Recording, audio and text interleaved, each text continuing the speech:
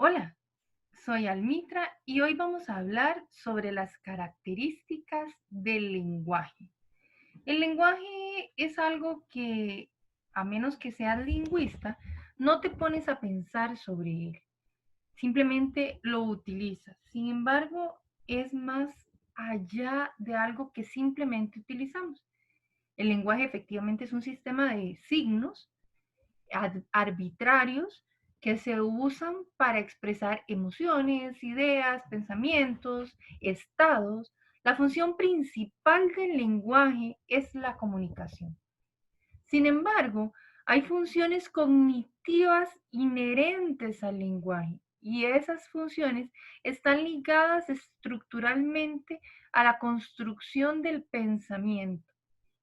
La construcción del pensamiento casi siempre, o mejor dicho, siempre está ligada a la construcción lingüística. El ser humano, para generar esa construcción de pensamiento, va a producir elucubraciones.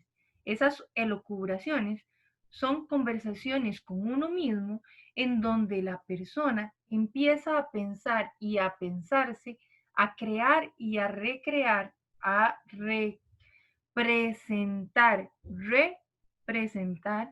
el mundo en el que vive. O sea, esas elucubraciones formadas por el lenguaje lo que hacen es a formar el pensamiento, a formar el mundo en el que se vive y a construir una base que después va a servir para cualquier otro tipo de aprendizaje.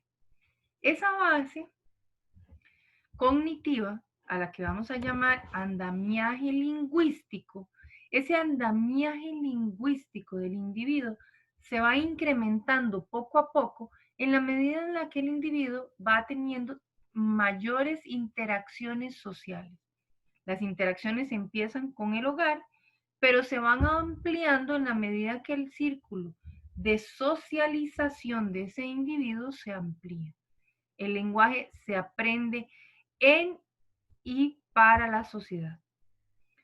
Y ese lenguaje es un lenguaje porque tiene una estructura lingüística, una estructura sintáctica. Esa estructura es una concatenación de palabras específicas que permiten la formación de oraciones, frases, estructuración de diálogos, entre otras cosas. Para que exista un lenguaje, tiene que haber una comunidad lingüística que acepte el signo arbitrario que constituye el lenguaje, que lo modifique y que construya esa estructura sintáctica. Este lenguaje puede ser oral y en su oralidad se puede manifestar de diferentes formas, o puede ser un lenguaje señado.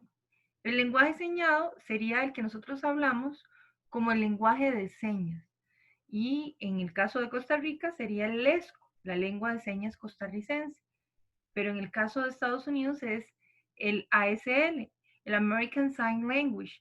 Y en el caso de Inglaterra es el British Sign Language y así sucesivamente. Este lenguaje siempre se va a acompañar de otros signos lingüísticos que no son necesariamente hablados o señados.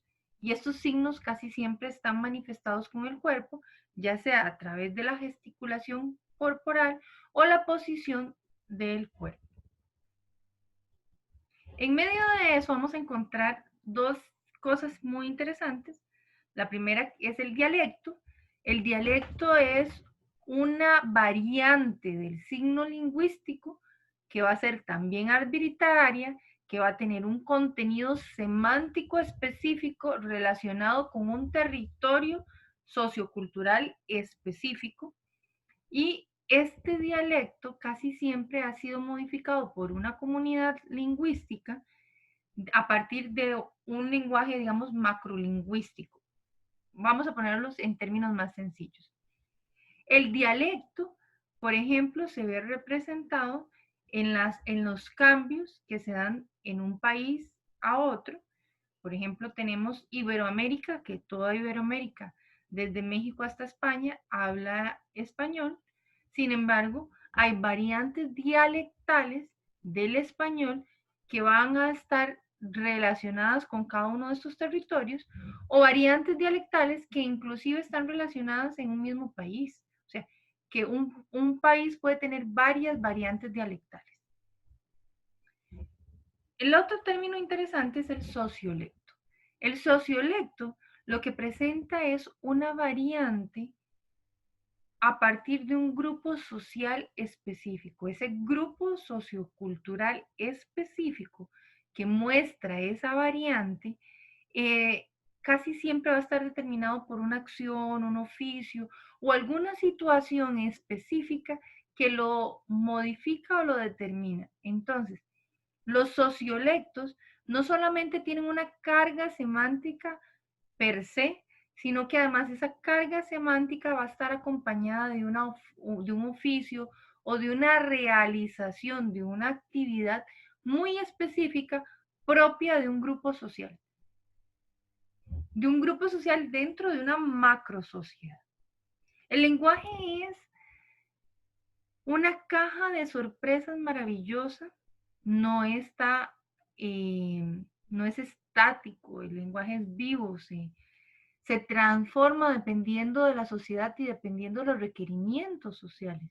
Y como el lenguaje se transforma dependiendo de los requerimientos sociales, vamos a encontrar que las estructuras sociodialectales y sociolingüísticas van a modificarse a partir de cómo la sociedad va a ir modificándose. Entonces, el lenguaje es representado por la sociedad, pero también el lenguaje representa a la sociedad. Un abrazo y nos vemos en el próximo video. Soy Almitra.